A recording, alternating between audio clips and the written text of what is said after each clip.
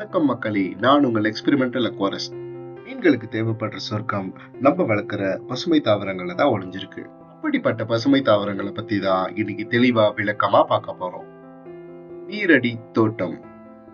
உயிர் தாவரங்கள் பயன்படுத்துறது வெறும் அழகுக்காக மட்டும் இல்லை, அது நம்ம தொட்டியோட முழு சுற்றுச்சூழலையே பராமரிக்குது. நமக்கு காடுகள் எப்படியோ அப்படித்தான் மீன்களுக்கு உயிர் தாவரங்கள். சரி, ஏன் இதை உயிர் தாவரம்னு சொல்றோம்? உயிர் தாவரங்கள்னா என்ன? பொதுவா ஆரம்ப நிலை பொழுதுபோக்காளர்கள் செயற்கை செடிகளை தான் அழகுக்காக வைப்பாங்க. அனுபவம் வந்த அப்புறம் தண்ணில வளர்ற நிஜமான செடிகளை வளர்த்துவாங்க. அந்த நிஜமான செடிகளை தான் நம்ம உயிர் தாவரம்னு சொல்றோம். உயிர் தாவரங்களின் நன்மைகள்.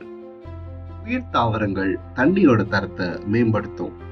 அமோனியா, நைட்ரேட் போன்ற கழிவுகளை உறிஞ்சு தண்ணியை தெளிவா வச்சுக்கும். ஒளி சேர்க்கை மூலியமா தண்ணியில ஆக்சிஜனை அதிகரிக்கும்.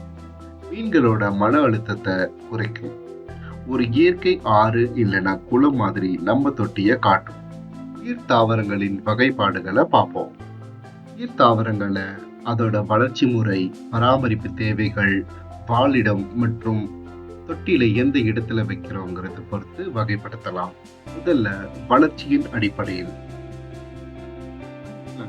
அதாவது தண்டு தாவரங்கள். ஒரு தண்டு மூலியமா மேல வளரக்கூடிய தாவரங்கள். உதாரணத்துக்கு லுட்விகா ரெபென்ஸ், பக்கோபா கேரோலினியானா, ரோட்டலா ரொட்டண்டிஃபோலியா. இதோட சிறப்பம்சங்கள் என்னன்னா, வேகமா வளரக்கூடியவை, வெட்டுதல் மூலியமா சுலபமா பரவ செய்யலாம். தாவரங்கள்.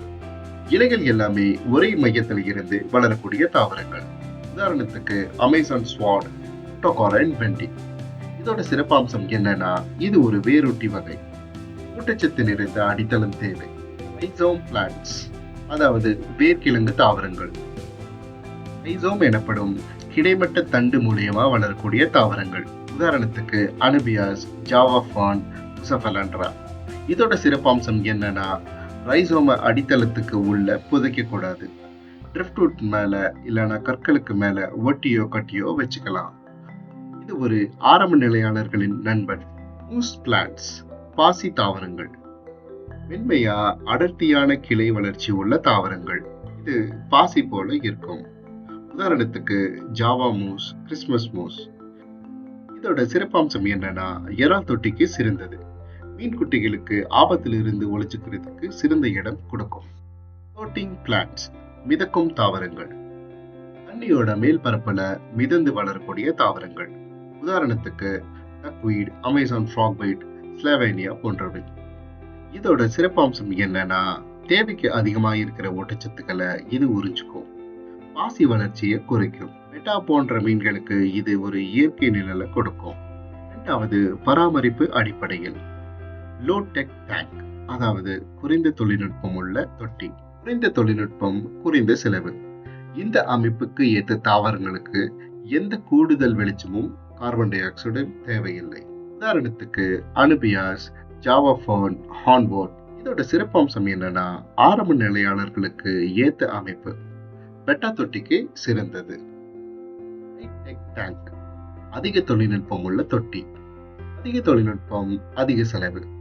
இந்த அமைப்புக்கு ஏற்ற தாவரங்களுக்கு கூடுதல் வெளிச்சம், கார்பன் டை ஆக்சைடு, உரம் போன்றவை தேவை. உதாரணத்துக்கு ஹேமியாந்தஸ் கேலிட்ரிகாய்ட்ஸ், ரோட்டலா வெலிச்சி, அல்டர்னந்தரா ரெனிக்கி போன்றவை. இதோட சிறப்பம்சம் என்னன்னா, அக்வாஸ்கேப்பிங் சிறப்பா செய்யலாம். மூணாவது, வாழிட வகையின் அடிப்படையில். நீர்வாழ் தாவரங்கள். முழுசா தண்ணிக்குள்ள வாழுற தாவரங்களை தான் நீர்வாழ் தாவரம்னு சொல்றோம். உதாரணத்துக்கு வாலிஸ்னரியா, கபம்பா. பகுதி நீர்வாழ் தாவரங்கள். தண்ணிக்கு அடியிலையும் தண்ணிக்கு வெளியிலையும் வளரக்கூடிய தாவரங்கள். உதாரணத்துக்கு அனுபியாஸ், கிரிப்டோகாரியன்ஸ். நான்காவது, தொட்டியில் வைக்கப்படும் இடத்தின் அடிப்படையில். பின்புற தாவரங்கள்.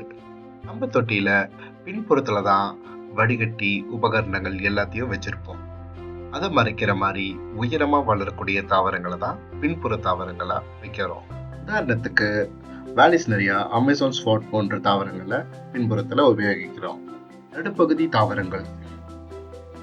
நடுப்பகுதியில ட்ரிஃப்ட்வுட் இல்லைன்னா கற்கள் மேல ஒட்டி வைக்கிற மாதிரி வேர்க்கிழங்கு தாவரங்களை தான் பயன்படுத்துறோம். இது ஏன்னா வேர்க்கிழக்கு தாவரங்கள் பின்புற தாவரங்களை விட உயரம் கம்மியா வளரும். அது மட்டும் இல்லாம அதோட வளர்ச்சி மெதுவாகவும் இருக்கும். உதாரணத்துக்கு அனுபியாஸ் நானா, கிரிப்டோகாரின் வெண்டி, கொசபெலண்ட்ரா போன்ற தாவரங்கள். முன்புற தாவரங்கள் முன்புறத்துல உயரம் குறைவா படர்ந்து வளரக்கூடிய தாவரங்களை தான் முன்புற தாவரம்னு சொல்றோம். உதாரணத்துக்கு dwarf hair grass, Monte Carlo, Java moss போன்ற தாவரங்கள். இந்த தாவரங்களோட வளர்ச்சி அதிகமா இருக்கும். அதனால இதை அடிக்கடி கத்தரிக்க வேண்டியதா இருக்கும். இப்ப நம்ம மெய்நிகரா ஒரு பெட்டா தொட்டியை அமைப்போம். தொட்டியோட அடித்தளத்தை 2 அடுக்குகளா செய்யலாம். அடிப்புறத்துல மீன் தொட்டி மண்ணும் மேல்புறத்துல மணலும் போடலாம். உட்புற தாவரங்களா காமன் பெலிஸ்னரியா மற்றும் அமேசான் ஸ்வாட வைக்கலாம். நடுப்பகுதியில மரக்கட்டை அல்லது கற்கள் வச்சு அதுல கிரிப்டோகாரியன் வெண்டி கிரீனை ஒட்ட வைக்கலாம். முன்புறத்துல கிரிப்டோகாரியன் பறவை படர செய்யலாம். மிதக்கும் தாவரங்களா சால்வேனியா நட்டன்ஸை மிதக்க விடலாம். இந்த தொட்டியில ஒரு பெட்டவை விட்டா எப்படி இருக்கும்? இந்த அமைப்பு எப்படி இருக்கு? நீங்க உங்க தொட்டிக்கு எந்தெந்த வகை தாவரங்களை தேர்ந்தெடுப்பீங்கன்னு கமெண்ட்ஸ்ல சொல்லுங்க. இந்த வார வீடியோ உங்களுக்கு பயனுள்ளதா அமைஞ்சிருக்கும்னு நம்புறேன். மீண்டும் ஒரு தகவல் நிறைந்த வீடியோல அடுத்த வாரம் சந்திப்போம். இந்த வீடியோ உங்களுக்கு பிடிச்சிருந்தா லைக் அண்ட் ஷேர் பண்ணுங்க. சேனல் அப்டேட்ஸ்க்கு சப்ஸ்கிரைப் பண்ணுங்க. நன்றி, வணக்கம்.